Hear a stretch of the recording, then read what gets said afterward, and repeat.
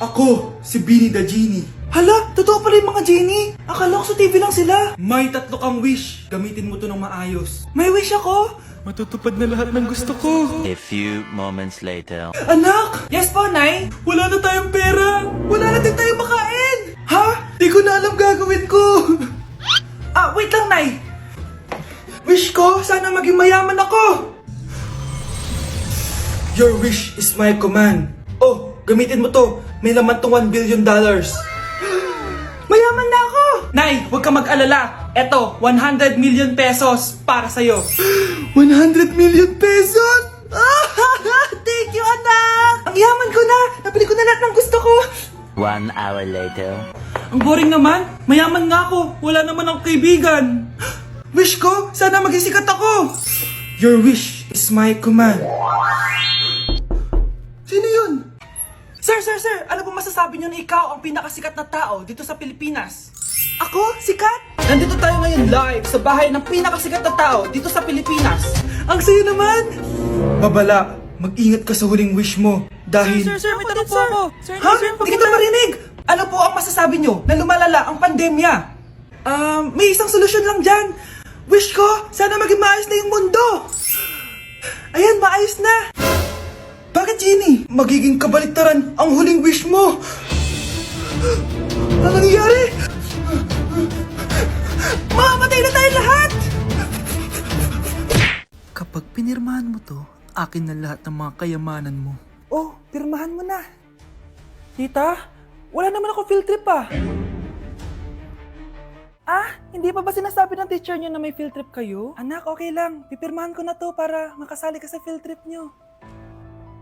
Walang iya ka talaga, Rosa. Wala ka talagang titira sa akin, ha? Manda ka talaga sa akin. Mabilis ka talagang utuin, Susan. Salamat, Mare. Ramon, napapirma ko na siya. Atin na ang bahay, pera at mga ari-arian niya. Magaling ka talaga, Rosa. Kaso kailangan na natin kumilos na mabilis. Kasi sabi ng doktor, nagre-recover na yung mata niya. Ano? Kaya bukas na bukas din, papalayasin na natin sila. Total, nakuha na natin ang gusto natin. Nay, bakit mo pinirmahan yun, ha? Maliban natin kung ano nilalaman ng papel na yun. Huwag kang mag-alala, anak. Malapit nang matapos ang maliligayang araw ng tatay mo at ng kabit niya. Tita, bakit may dala kang maleta? Aba, syempre. Lilipat na ako dito sa bago kong bahay. Ano? Tay, ano ibig sabihin nito, ha? Nakalagay dito sa papel na pinirmahan ng nanay mo na amin na tong bahay, mga sasakyan niya at ang mga pera niya. Napakahayop nyo! Bakit ang ingay? Ano nangyayari? Nay, kinuha na nila lahat sa atin! Ayan, magsama kayo mag-ina. Ngayong nasa amin na ang lahat, pwede na kayong lumayas. Ramon, magse-celebrate tayo, ha? Ang galing nyo din, no? Ha? Nakakakita ka? Bago kayo mag-celebrate, i-check nyo muna kung pirma ko ba talaga yung nakalagay dyan. Hindi pwede to! Tay! Attorney! Kita mo naman kung ano ginawa na tong dalawang to, di ba? At nandito na rin ang ebidensya na magpapatunay na naghaharutan sila sa loob ng bahay ko. Anong gagawin niyo sa amin, ha? Mahal, huwag mo naman gawin sa amin to, please, oh. Magbabago ako, please. Oh, eh! Sorry kung natatapakan kayo pagka-love team nyo, ha? Arestuhin nyo na yung mga yan. Mag-celebrate kayo sa kulungan. Kayong dalawa, sumama na kayo sa akin sa presinto.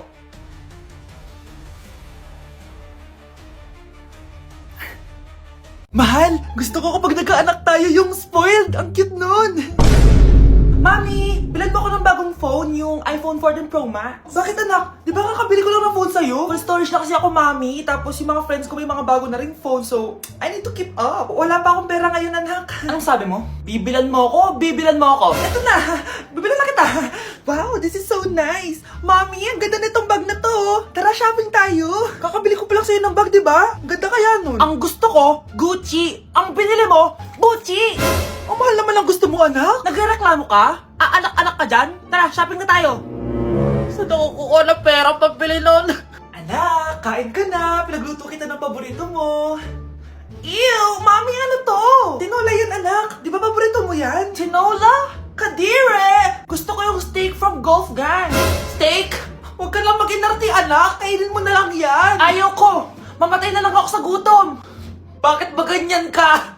Di ba gusto mo ng anak na spoiled? O eto na, Ayoko na pala! Halika dito! Ibabalik na kita sa tiyan ko! Nay, mag-face-to-face class na daw kami bukas. Ay, buti naman, nabawasan yung mga tamad dito sa bahay. Kaso, Nay, buntis ako. Malapit na akong mga anak. Ha? Alam ba namin yan, anak? Buntis ka pala, di ko alam. Anong gagawin ko, Nay? Kaka-cellphone mo yan eh. O sige, kakusapin ko teacher mo. A few moments later. Ah, pasok po kayo.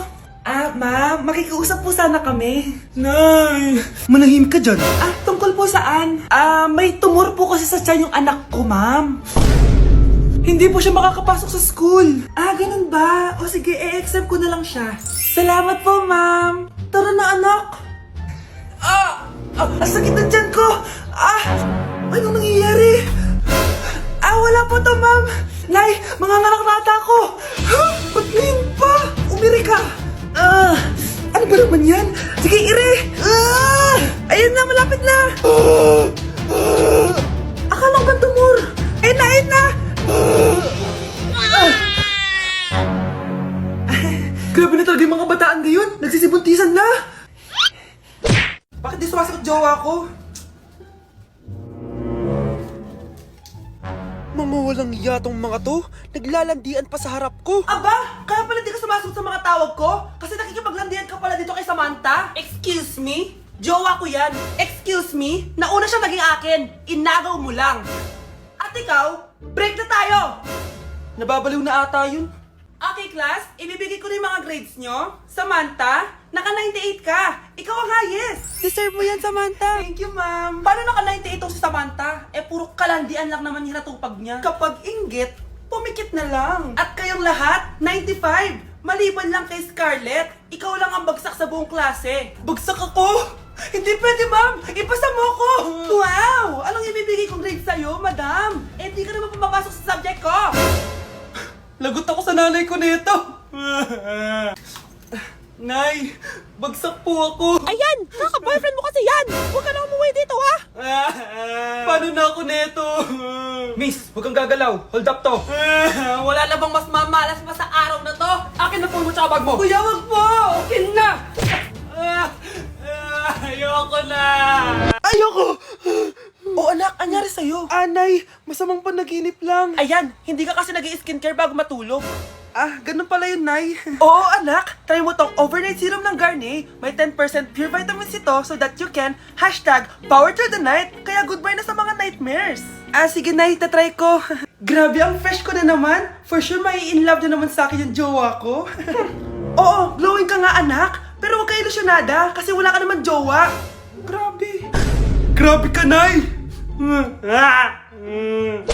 Breaking news! May kumakalat na bagong sakit. Ha? May bagong sakit na naman? Ano to? COVID 2.0? Kumalma ka, Nay. Hindi daw yan nakakamatay. Ay, buti na lang hindi nakakamatay. Oh, bakit di ko pa nagugas ng plato? Mamaya na lang po, Nay. Tinatamad pa ako. Tatamad-tamad ka? Darling, oh. Hoy, ikaw! Sumunod ka sa nanay mo, ah. Eto na nga. A few moments later. Nay, gala lang ako. Kasama ko yung tropa ko. Oh, tapos? Magiging ka sa akin ng pera? Uuwi ka ng gabi? Bawal! Nay naman eh! Darling mo, pagsabihan mo nga yung anak mo. Anak, huwag ka na tumuloy dyan. Ang weird mo naman, Nay. Anak, hindi ko gusto yung jowa mo. Hiwalayin mo na yon. Nay, ano ba yan? Lahat na lang, pati yung girlfriend ko. Sumasagot ka na ngayon? Ang weird mo na. Siguro, ikaw yung nakakuha na kumakalat na sakit ngayon. Sakit sa pag-iisip. Tama na. Dok, bakit po kayo nandito? Lumalala na ang kondisyon mo. Ikaw ang isa sa mga nakakuha ng malalang sakit. Ha? Hindi ko maintindihan. Nay, palagi mo kinakausap si tatay. Oh, ano naman? Patay na siya. Palagi mo binabanggit si tatay. Pero ang totoo, wala ka naman talagang kausap. Sumama ka sa akin para tuluyan ka ng gumaling. Mahal kita, Nay. Ikaw na lang yung meron ako. Sorry, anak. Mahal din kita. Shh, Scarlett. Itatakas kita, ha? Scarlett, may kausap ka ba? Nandiyan na si nanay. Bilisan mo. Paparating na siya. Bibilisan ko na. Scarlett! Scarlett! May kausap ka ba? Huwag kang maingay dyan, ha? Scarlett, tara na. Tara na, tita. Tita, buti na lang dumating ka. Hindi ko na kaya mga pinagagawa ni nanay. Hi, Scarlett. Nay. Napakahayap mo, Susan! Oo, hayop ako. At least madaming pera. Huwag kang mag-alala, hindi kita sasaktan. Hindi ko na din kaya yung mga pinagagawa sa akin ni Susan. At ikaw, Scarlett, ipapakain ko sa'yo yung lason na binigay mo sa akin. Nay, wag po. Halika. Isubo mo tong lason. Ito'y nararapat sa'yo para mawala ka na sa mundo. Itigil mo na yan, Susan. Totoo ba itong nakikita ko? Buhay ka, Tay? Oo, buhay na buhay. Paano nangyari yun? Hindi pwede. Pinatay na kita! Simula pa lang ng una, alam ko naman na pera lang ang habol mo sa akin, Susan. Kaya nung naparalyze ako, alam ko na pagkakataon mo na yon para lasunin ako. Kaya inutusan ko yung pulis para ipalit ako sa bangkay.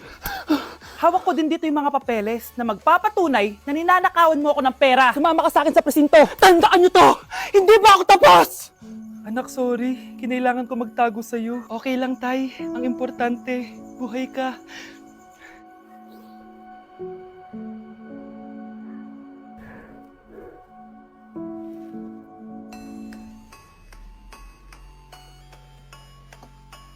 Delivery po. Anong delivery? Parang wala naman ako in-order, kuya. Nakasulat po dito, Susan. Kayo po ba yun, ma'am? Oo. Sige, baka nakalimutan ko lang. Nay, ano po yan? Cellphone?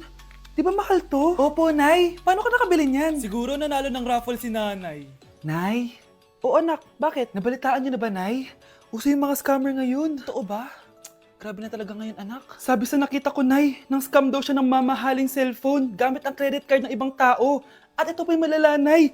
Nang scam daw din siya ng pera. Delivery po. May delivery ata, anak. Delivery po. Ikaw na naman, kuya. Susan po ulit, ma'am. Wala naman nga ako in-order. Wala akong magagawa dyan, ma'am. Sa'yo nakapangalan eh. Sige na po, una na ako. Ano na naman laman neto? Pera? Ito ba yung sinasabi ni Scarlett na galing sa scam? Pero bakit sa akin nakapangalan? Anong gagawin ko dito? Hindi naman ako yung scammer. Nay, may naghahanap po sa inyo sa labas. Anak! Sige, pupunta na ako.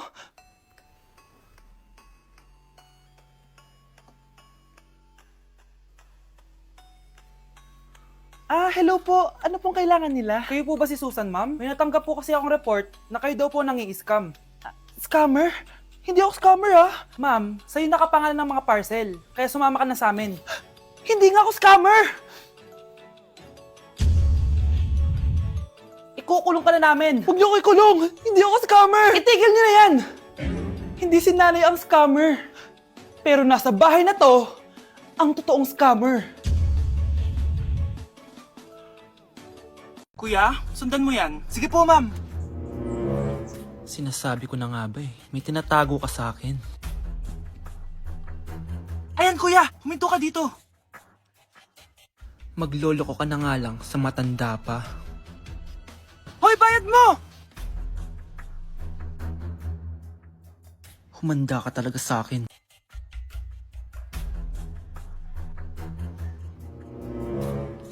Ang sweet niyo naman. May paregalo ka pa, ha? Ano yun? Scarlett? Anong ginagawa mo dito? Manloloko ka! Pinagpalit mo ko dito sa matandang pangit na to?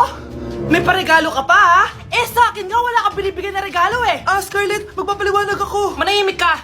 At ikaw naman, matandang pangit, sayong-sayo na tong boyfriend ko! Magsama kayong dalawa! Aba, walang respeto tong girlfriend mo, Ano pinagsasabi mo, Scarlett? Nanay ko to. Excuse mo lang yan! Mukha nga nagtatago ka kanina Nagtatago ako kasi isusurprise namin yung tatay ko. Ganito babae ba yung gusto mo, anak? Yung walang modo? Nay, pagpasensyahan niyo na siya. Tita, sorry po. Anong sorry? Matandang pangit ako, di ba? Lumayas ka dito, babae ka! Sorry na, tita. Ayaw mo lumayas, ha? Brownie! Good boy! Tumakbo ka na!